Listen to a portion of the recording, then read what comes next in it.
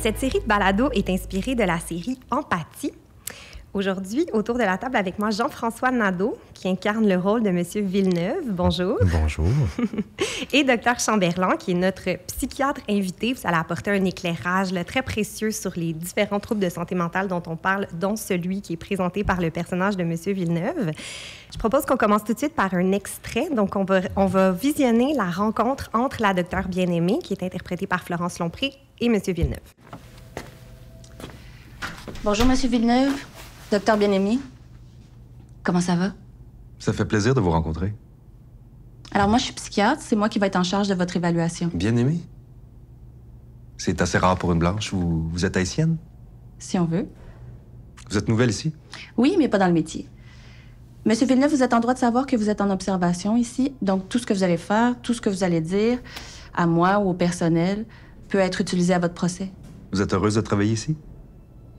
Est-ce que vous comprenez ce que je viens de vous dire? Ça fait l'air tellement triste. Vos yeux, on dirait que vous avez beaucoup pleuré. Vous êtes au désespoir? Est-ce que vous comprenez ce que je viens de vous dire? C'est important. Pardon. Je suis ici de mon plein gré. Je suis affamé, par contre. Oui, le dîner s'en vient. Vous allez pouvoir manger. Est-ce que vous avez des questions pour moi? Oui. Est-ce que je pourrais aller à la bibliothèque? Non. Vous allez être confiné pour les premiers jours à votre chambre.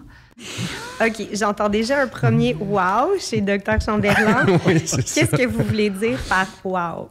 C'est parce que moi, j'avais pas vu l'extrait. C'était juste sur papier. On se demande toujours comment ça va sortir. Et on voulait décrire quelqu'un qui était froid, qui était contrôlant, qui avait beaucoup d'assurance, qui n'était pas dérangé par les choses, même dans un contexte où il aurait dû être intimidé. Il est détenu, il est pas... le contrôle est pris. C'est exactement le personnage que vous voulez faire. C'est encore mieux que ce que j'ai pu imaginer comme interaction. Jean-François, comment on... Ça fait peur. Comment on en arrive à interpréter un personnage comme ça qui glace le sang à la première seconde? Premièrement, ça, c'est la scène d'audition. Ah, OK. Donc, c'était très spécial de la rejouer. Donc, je peux parler peut-être de l'audition, tu sais, qui m'a amené à... J'ai fait confiance au texte que je trouvais très fort. J'ai fait confiance à la direction de Guillaume Lonergan. Et puis, j'ai senti rapidement qu'il fallait pas en faire trop. C'est parce que souvent, on dit « fais rien », puis là, tu fais rien, puis on dirait que une vérité magique qui apparaît, mais c'est pas vrai qu'on fait rien. C'est comme nous, à travers ces mots-là ou cette œuvre-là, je respirais différemment, tout ça. Ce qui m'a beaucoup aidé, c'est de me dire, vous avez parlé de contrôle, que c'était moi le docteur. OK. C'était moi le docteur. Donc, j'étais là pour aider l'autre. Puis j'ai fait ça à l'audition, puis j'ai fait ça avec Florence à chaque fois qu'on a joué ensemble. Principalement, mes scènes sont avec elle. Et je faisais ça avec tous les personnages. C'était moi qui étais là pour aider. C'était une surplombance avouée pour aider. Puis après, en parlant avec Guillaume, j'ai dit, mais c'est un petit peu théorique, jouer au médecin. Fait que là, on s'est entendu. Moi, j'ai besoin de verbes d'action pour jouer. Puis c'était un jeu de chat-souris. J'étais le chat. Et tout le monde étaient des souris. Fait que en faisant ça, j'ai comme glacé le sang aux gens. Mais il faut quand même accepter qu'on glace le sang aux gens. Moi, j'ai joué les bons gars pendant 20 ans, puis j'ai joué quelques pas fins. Mais ça, c'était un méchant pas fin. Fait que j'étais très surpris qu'on me dise après « Ah, ça n'a pas de bon sens, ça n'a pas de bon sens, tu fais peur. » J'ai « moi, comment ça se fait? » Tu sais, je suis tellement sans malice. Mais ça, c'est la magie de l'équation, là, des petits choix qu'on fait. Mais je dirais, pour répondre à la question, avec une longue réponse, qu'il fallait jouer au chat et à la souris. C'était ça la clé pour moi dans le jeu. Puis j'ai l'impression que c'est un jeu qui se passe beaucoup dans le corps, dans le regard, dans le corps. Comment on est un chat? Qu'est-ce qui fait qu'on est un chat soudainement? Oui, c'est beaucoup le regard. C'est beaucoup une espèce de prétention d'omniscience aussi. Prétention de voir à travers l'autre, de faire des déductions, de s'auto-convaincre de déduction, de creuser, de déstabiliser le plus possible. Il suffit de faire quelques silences ou de regarder profondément quelqu'un, puis le monde va tellement vite que quand on assiste à quelqu'un qui parle comme ça, on dit ça le méchant déstabilise. Matou. Ah, le méchant Matou. On apprend au fil de la série que le personnage de M. Villeneuve a une personnalité qui est antisociale, TPA. Qu'est-ce que ça veut dire? À ne pas confondre avec la personnalité asociale. Ouais. Asociale, c'est juste des gens qui ne sont pas bien en société. Un antisocial, c'est quelqu'un qui ne respectera pas les règles de la société, qui va utiliser les règles de la société dans son propre intérêt. Donc, évidemment, c'est un trouble de personnalité quand on a juste ça comme façon d'être.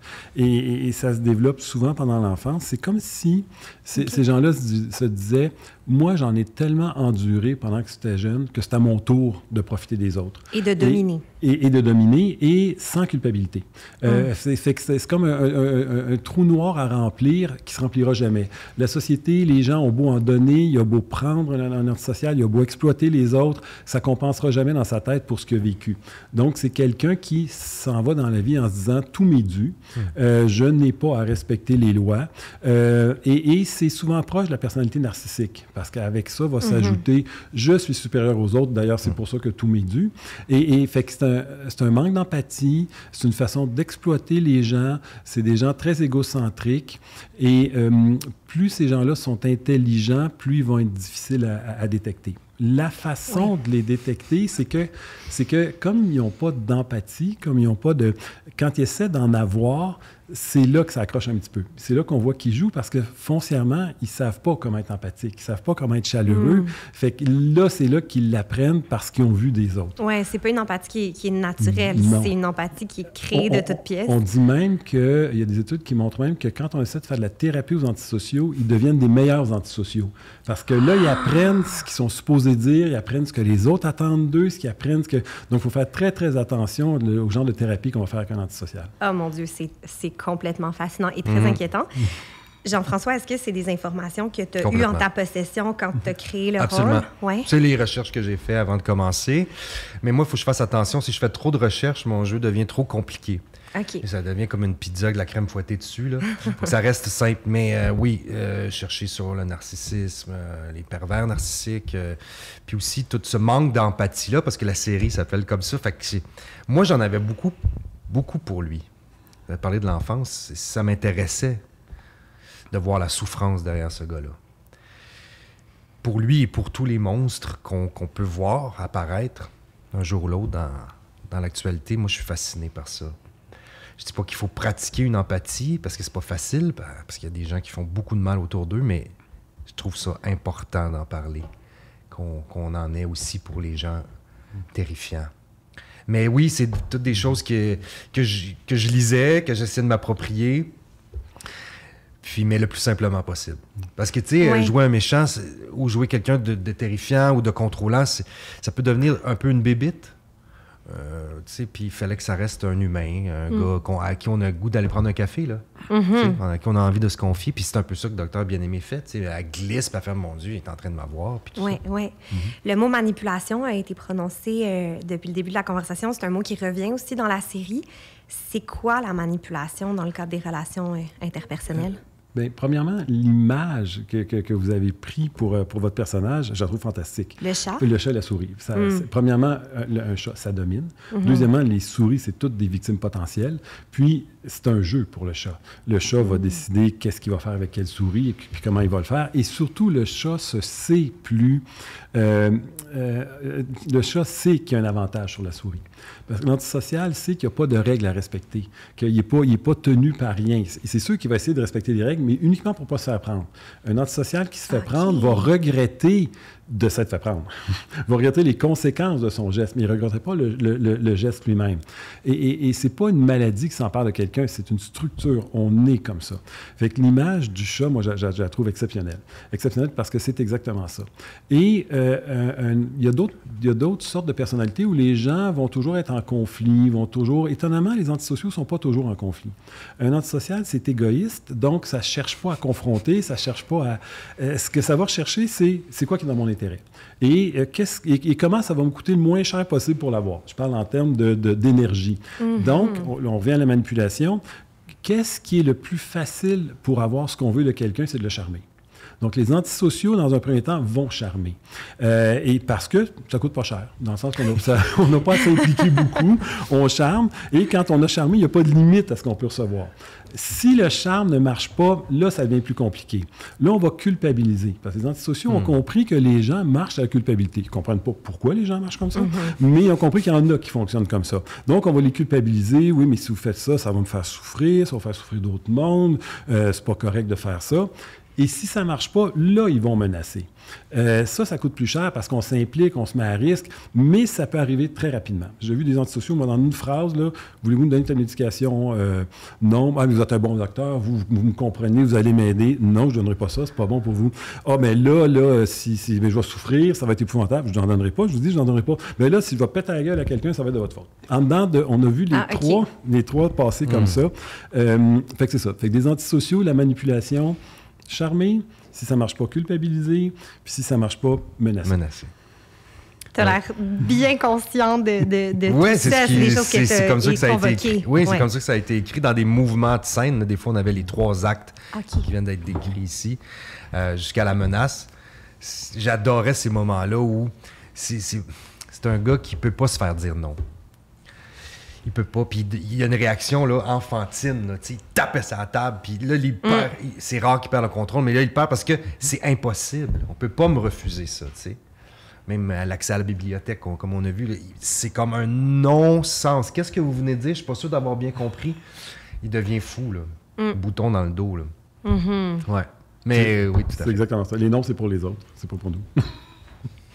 Ça me terrifie. Moi, personnellement, c'est vraiment le personnage qui m'a le plus fait réagir en visionnant la série. Je le ressentais physiquement. Là. J'étais loin dans ma chaise. On dirait que c'est comme si je voulais pas qu'il m'atteigne. En fait, il se passait quelque chose de très, très, très puissant. Peut-être rajouter quelque chose. Ouais. C'est écrit comme ça, puis c'était joué à la perfection comme ça, parce que l'antisocial est dans un contexte où tout est contre lui. Fait que là, il faut qu'il démontre beaucoup d'assurance, beaucoup d'arrogance pour reprendre le contrôle. Mais dans la vie quotidienne, un antisocial n'est pas nécessairement comme ça. C'est ça qu'il faut dire. Un antisocial peut être très charmant, très agréable. Il peut vous vendre n'importe quoi en mentant, en disant... donc, le personnage qu'on voit là, c'est un antisocial qui doit être comme ça parce que il affronte, ne serait-ce que l'environnement, tout est contre lui. Il réussit à reprendre le dessus pareil.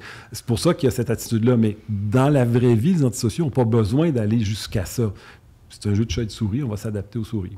Je propose qu'on poursuive avec un autre extrait. On s'en parle après.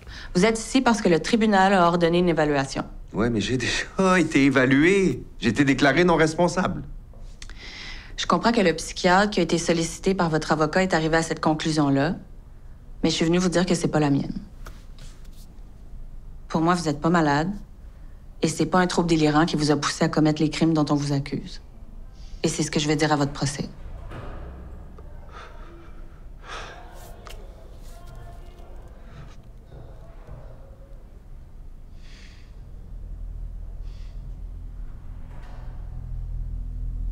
Vous allez le regretter. En disant ça, vous venez de confirmer mon diagnostic. Ça prend un antisocial pour faire des menaces. Pas un malade. Bonne journée, Monsieur Villeneuve.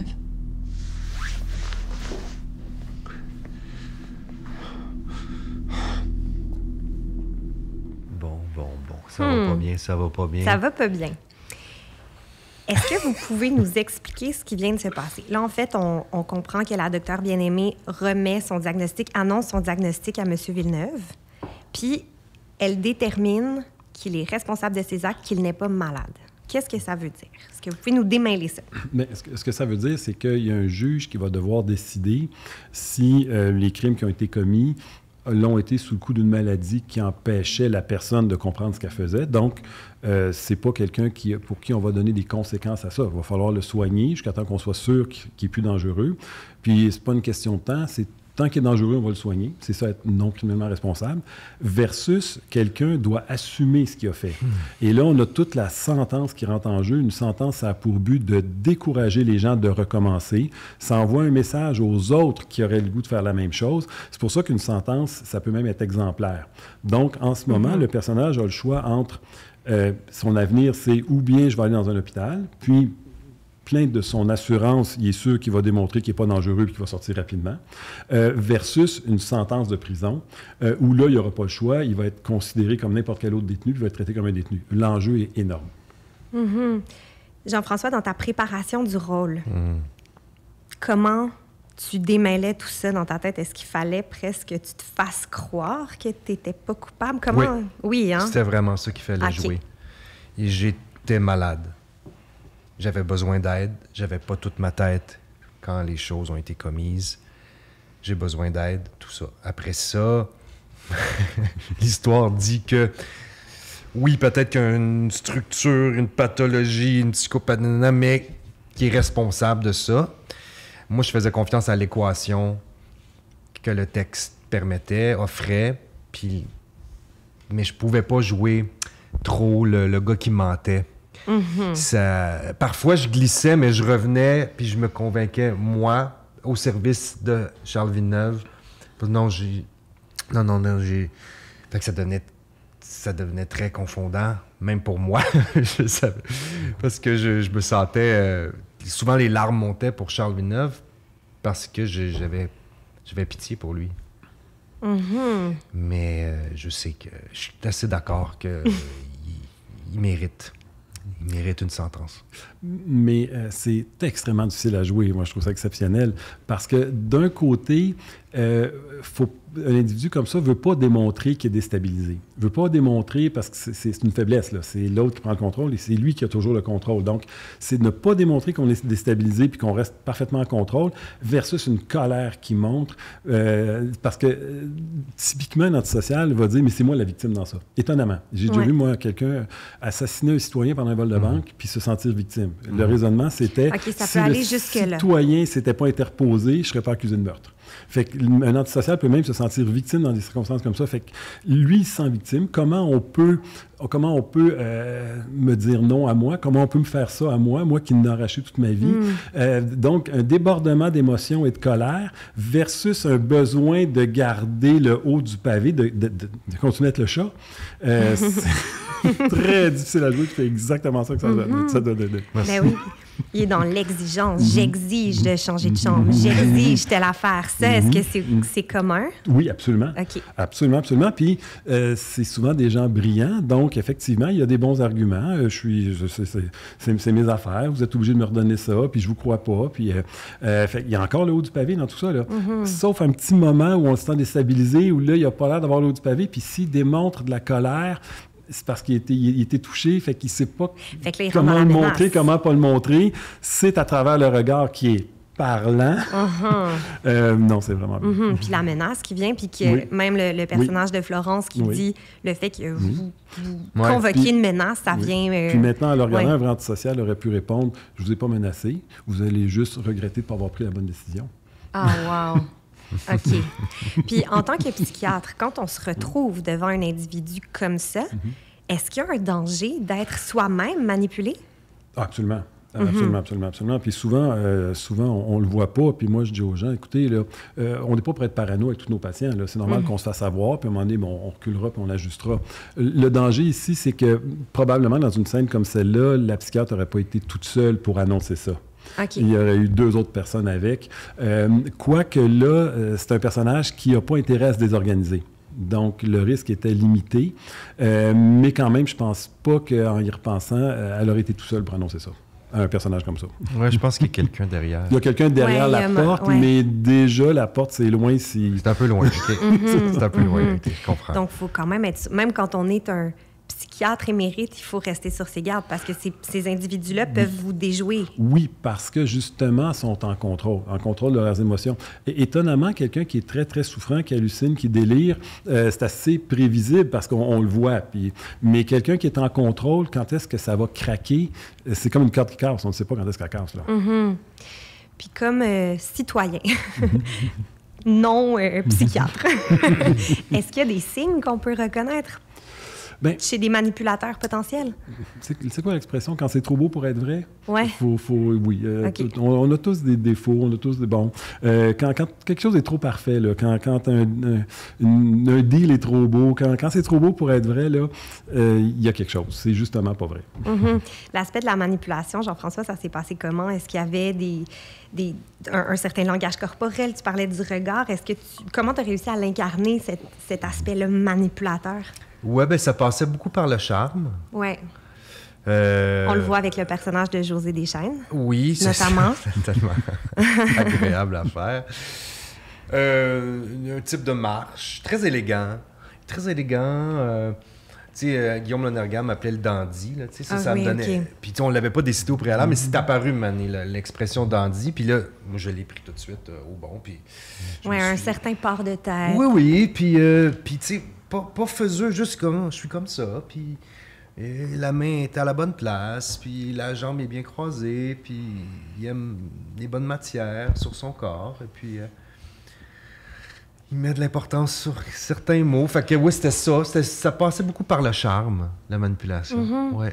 Puis est-ce que ce charme-là, les personnalités antisociales, est-ce qu'ils le créent de toutes pièces ou ça existe déjà chez eux? On peut penser qu'ils sont très, très intelligents, mais c'est un peu sur le pilote automatique. Ça se développe au fil du temps, essai-erreur, voir l'impact que ça a sur un individu. Le comportement se raffine au fur et à mesure, tout en gardant à l'esprit qu'il y a déjà un côté narcissique. Ces gens-là se sentent déjà supérieurs aux autres, fait qu'ils agissent déjà comme en étant supérieurs, et tout se raffine au fur et à mesure, ce qui fait que, je le répète, ça peut être des gens extrêmement charmants et très, très impressionnants quand on les rencontre. Au début, on peut se considérer comme chanceux de parler à quelqu'un comme ça. Mm-hmm. C'est probablement ce qu'ils veulent. Est-ce que c'est vrai qu'ils s'entourent de gens, je lisais ça sur les narcissiques il y a longtemps, là, mais de gens atypiques autour d'eux ou de gens très spéciaux, avec des personnalités très colorées, puis en tout cas sont attirés par des gens comme ça? C'est même un des critères là, dans notre définition, c'est qu'ils veulent faire affaire avec des gens importants. Fait que s'ils sont au restaurant, c'est pas le serveur qui va régler ça, c'est le gérant.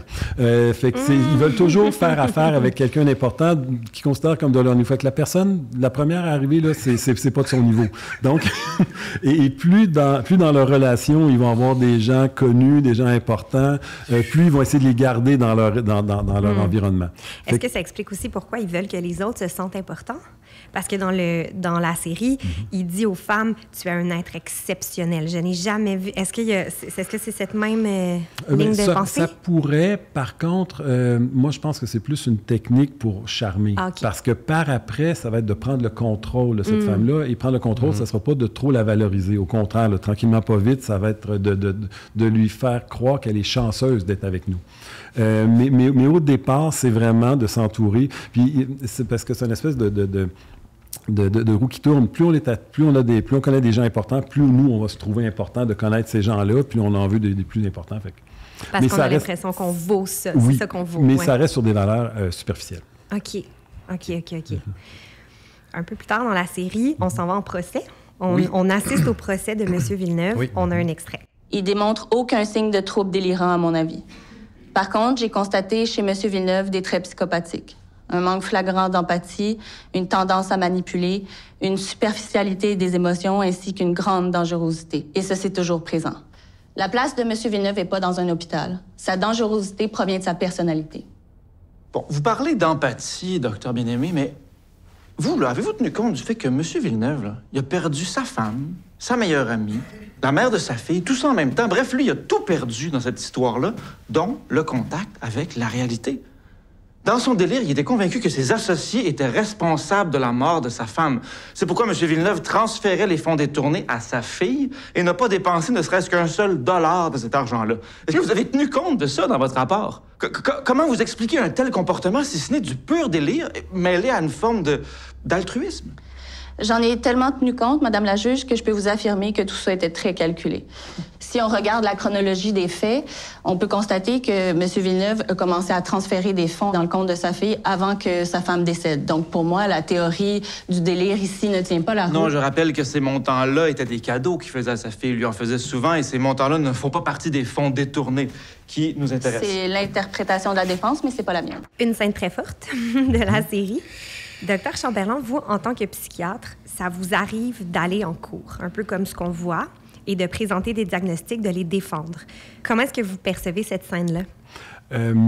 C'est exactement comme ça que ça se passe. Okay. Sauf des petits détails. Il y a un petit peu plus de décorum, dans le sens que il y a pas pour la série, les gens interviennent en même temps, mais on se fait interroger et normalement, personne n'intervient, à moins qu'il y ait une objection. Puis, mais d'un autre côté, plus l'enjeu est grand, plus les procureurs ne nous lâcheront pas dans les questions, jusqu'à temps qu'il y ait la réponse qu'ils veulent avoir. Puis souvent, mais c'est pas celle-là la conclusion à laquelle on arrive, mais ils lâcheront pas.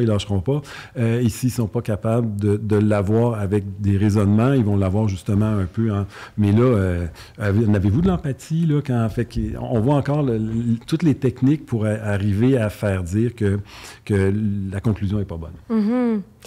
Je réalise qu'il y a une question que je vous ai jamais posée. C'est quoi l'empathie? Comment on peut la définir? L'empathie, c'est d'être capable de se mettre à la place des autres. Tout simplement. Et de voir comment les autres réagissent. À partir du moment où on est capable de faire ça, même minimalement, ça va changer notre point de vue sur l'autre. Une remarque qu'on peut voir comme blessante, on peut la voir comme défensive. C'est quelqu'un qui a peur, c'est quelqu'un qui est nerveux, c'est quelqu'un qui est gêné. Quelqu'un qui peut répondre sec, c'est pas parce qu'il est sec, c'est parce qu'il est malhabile. Fait que c'est d'essayer de se mettre, puis ça se fait spontanément, de vivre ce que l'autre vit. Jean-François, la scène du procès, c'était comment? Parce que tu dis presque rien dans cette scène-là. Ça se passe encore une fois dans les yeux, dans le corps. C'est comment, en fait, de la voir de l'extérieur? Bien, je prends pour lui. C'est ça qui est bizarre là-dedans. C'est que Docteur Bien-Aimé parle de signes de psychopathie. À partir de quel moment, c'est comme si on était en procès quasiment, à partir de quel moment c'est pas une maladie? Très bonne question. En fait, c'est tellement une bonne question qu'on va avoir de la difficulté à répondre et qu'on est obligé de l'évacuer. Le critère utilisé par la loi, c'est pas de savoir si c'est une maladie ou pas. C'est simplement de savoir est-ce que la personne comprenait ce qu'elle faisait ou est-ce qu'elle était capable de savoir que c'était mal. C'est un niveau de conscience. C'est un niveau de conscience. Mais le premier, habituellement, les gens comprennent ce qu'ils font. Il faut être très, très, très malade pour ne pas savoir qu'on est en... Bon. Surtout là, dans le cas d'une fraude, de ne pas comprendre qu'on est en train de faire une fraude, c'est à peu près impossible. Mais le deuxième critère, c'est de ne pas savoir que c'est mal. Et là, c'est là que quelqu'un qui est délirant peut penser qu'il doit faire ça pour toutes sortes de raisons. Et là, parce qu'il fallait l'amener aussi dans la série, de dire... Si on pense que cet argent-là va servir, par exemple, dans un délire au crime organisé, on la vole, on la détourne pour des fins acceptables, c'est plus mal ce qu'on fait dans notre tête à nous. Là. Je sais pas comment dire. Même si c'est illégal, puis on sait que c'est illégal, c'est peut-être plus mal en fonction du délire qu'on peut avoir. On veut faire quelque chose de bien, dans le fond. Fait que c'est pour ça que cet angle-là peut être pris. Donc, le critère, savoir si c'est une maladie ou pas, c'est pas ça. C'est simplement de savoir si la personne comprenait ce qu'elle faisait ou qu'elle était pas capable de savoir que c'était mal. OK. Mauvais. C'est clair. C'est clair et très complexe à la fois. Jean-François, qu'est-ce que tu as appris sur la psychologie humaine en campant Charles Villeneuve? Bien, moi, je suis fils de psychoéducateur et d'une psychosociologue. J'ai eu une enfance très riche en termes de retour sur ta journée, Jean-François, et observation des comportements humains. Là, puis là, le fait de choisir le métier d'acteur, c'est une job d'empathie, être acteur. C'est de se mettre à la place des autres. Totalement. Ça m'a fragilisé, en fait. Ça m'a fragilisé, ça m'a fait moi aussi un peu peur.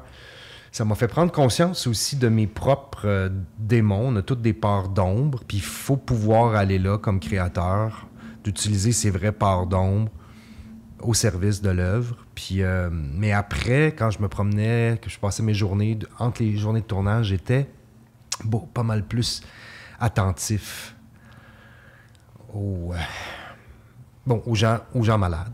Il y en a beaucoup, beaucoup, beaucoup dans les rues.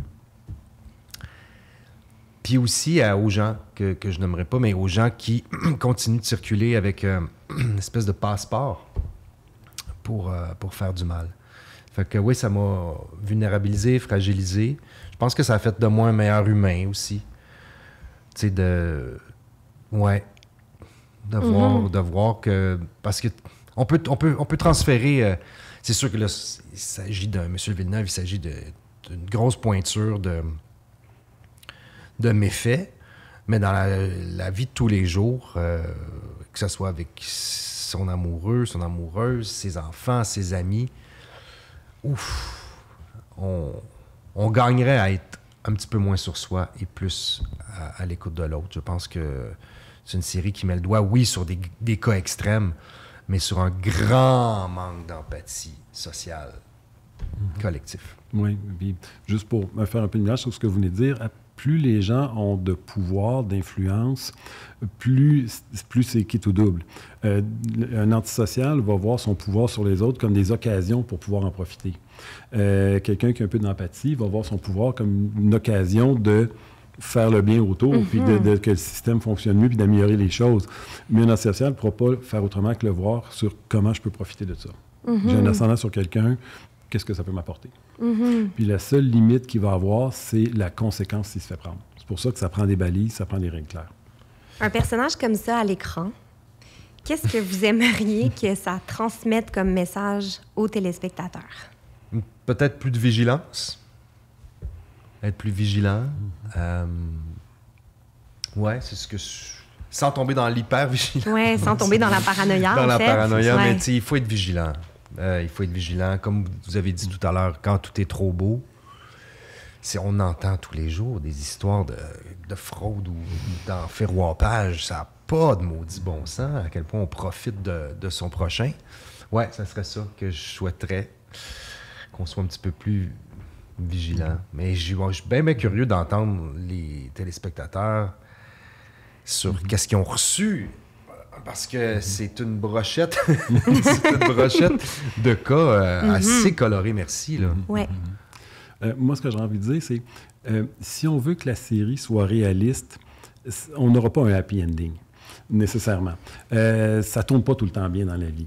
Il y a des antisociaux qui s'en sortent. Il y a des gens qui font de la fraude, qui ne sont jamais poursuivis. Fait que c'est sûr qu'on ne peut pas faire quelque chose à la Walt Disney que tout finit bien quand même. Non, puis, c'est ça. fait qu'il faut être réaliste. Donc, puis il ne faut pas s'attendre à ce que les antisociaux changent. Malheureusement, une personnalité... Donc, c'est à nous d'être un peu vigilants, exactement, sans devenir parano. Là.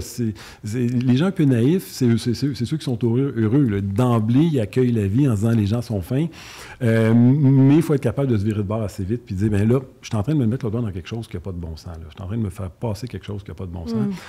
Puis surtout, moi, j'ai un conseil à donner, c'est écoutez les autres autour. Les autres en qui vous avez confiance, écoutez-les.